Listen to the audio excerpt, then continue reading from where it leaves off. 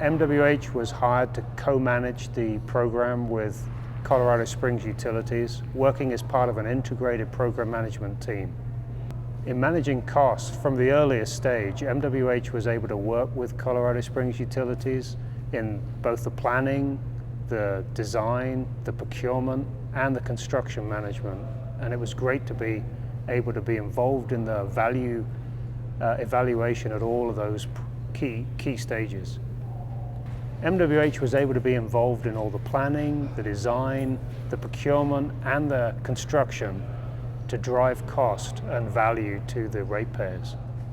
In MWH's role, we were uniquely positioned to be able to independently advise Colorado Springs Utilities in all of those phases, to be able to identify the best path forward without being conflicted in either the design or the construction, for example. In my experience, I've never seen cost savings of this magnitude before, and speaking for MWH globally, finding cost savings of this magnitude is very rare, and it really is because of a unique team all coming together and bringing their expertise to drive cost savings from all of those stages, from planning right through to construction. In my career, I haven't seen cost savings of this magnitude before, and it's been fantastic to be able to recognize this on this program and be involved all the way from design right through to construction to recognize cost savings in all manner of areas. It's been fantastic. We started looking at cost savings as early as we possibly could. That was about the 30% design stage, when we started to get a concept of what the facilities would look like, how big they are, how they're laid out. And at that point, we wanted to start figuring out ways to do things better at a lower cost and faster. Well, before we even took a budget to our city council for approval, we cut $50 million off the top. And we did that by looking at the size of our facilities and starting to shrink them down to what we needed versus what some people wanted. Right at the very beginning of the design, we were at about 30%, and we cut $50 million right off of the top of the price tag. That was before we even developed the $880 million budget that we took to City Council for their ultimate approval. Right at the very beginning of the design, we were at about 30%, and we cut $50 million right off of the top of the price tag. That was before we even developed the $880 million budget that we took to City Council for their ultimate approval. Following that, we continued the cost savings effort by re-looking at the facilities at each and every stage of engineering and design. And we continued to save money as we went. For example, this facility that we're in was originally laid out as a campus-style facility, and we brought it down to all the processes being under one roof. That saved us almost $65 million. The tunnel was a great example. We saved about $10 million from the original design. When we first started planning that piece of work, it was going to be, it would involve a lot of open channel installation. And what we did was shifted to a tunnel technique to install the pipe. And we realized about $10 million savings, but it also had significant environmental benefit. We didn't have to take down big cottonwood trees that birds are nesting in the spring. There's a big heron rookery right over our pipe. There's at least 12 nesting pairs of herons in that area, so we didn't disturb their homes, and we're all real proud of that. One of our most challenging segments of pipe installation was crossing I-25, 2 sets of railroad tracks, Fountain Creek, and a major wetland area. The original design was to have a lot of open cut channel done by heavy equipment, where we would have to clear the ground surface and all the trees to install the pipe. What we ultimately shifted to was drilling a tunnel under all of that so that we didn't have the surface damage that I just mentioned. And in doing that, it resulted in a $10 million savings to the program. One of our more complicated pipeline segments was to get from the west side of I-25 to the east side. We had a full design on that, and it would have had significant environmental impacts. And again, with our value engineering efforts, we looked at that and decided we weren't happy with it. And so we continued to explore options, and what we ended up with was a tunnel that saved us $10 million.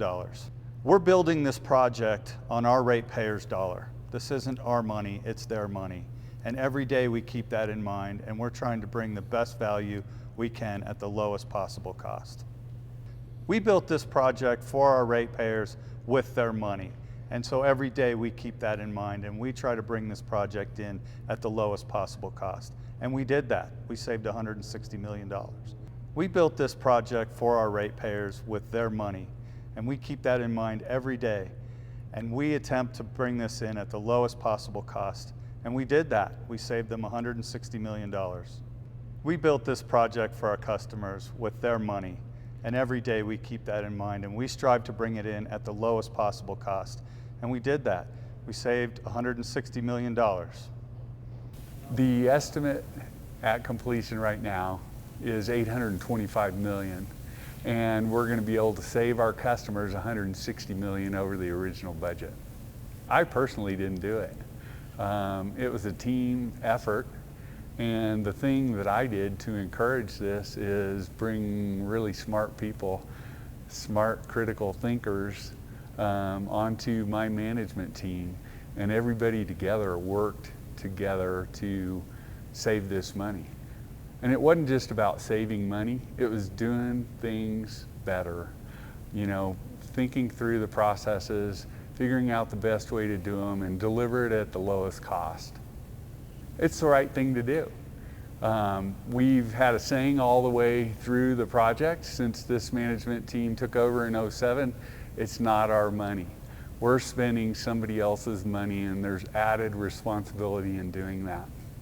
Our philosophy was there are ratepayers out there, and we wanted to minimize the cost impact of this project. We wanted to save the money for them, and it's actually a lot of fun to go into a project that way and figure out how we can build the best project to deliver what we need for the lowest cost.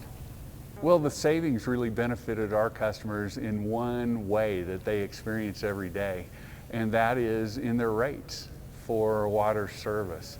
Initially, we proposed 7-12% rate increases year after year.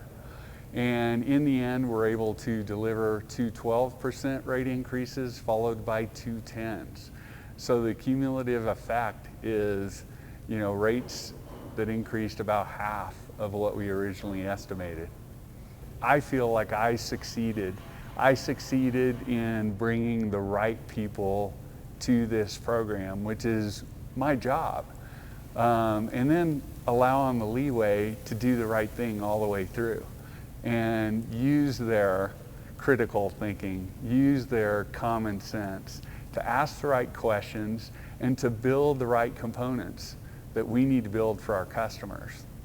The greatest joy I've gotten from this project is getting to work with the variety of people that I have gotten to work with, and the people I've been able to bring to this team that had as high a commitment as I have to bringing this thing in on time, under budget.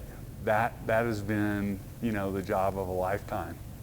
You know, I've just seen this as the opportunity of a lifetime to be able to build a facility that means so much for the future of our community and get to build it with these incredible people that we got to bring to the team. We got to handpick our folks that would work on this project, and we've had an incredible bunch. It's just really been fun. Surrounding yourself with incredibly smart people that know how to get a job done, and that's what we've done. We brought this thing in on time, under budget, in a time when people just don't do that.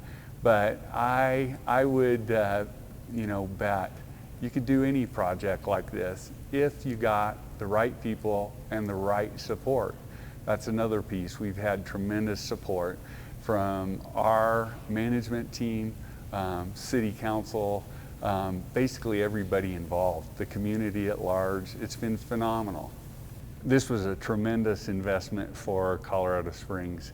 You've got to have water for your community for it to be able to grow and thrive. And we have it. We're ready to go. New businesses want to come to town. New homeowners want to come to town. We've got the water for them. It says a lot for the people of Colorado Springs that they were willing to bite off this huge project in an economic downturn. It really was the current generation saying, we're going to continue here like past generations have that handed us the water systems and other utility systems that we have, and we're going to better it for the future generations. And it's a continuance of commitment like that that has made Colorado Springs really great, really viable. And people have stepped up every generation to do that, and this generation is just the same.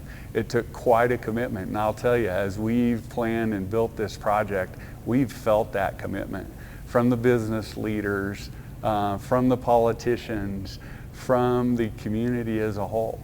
They were ready to go and do the right thing.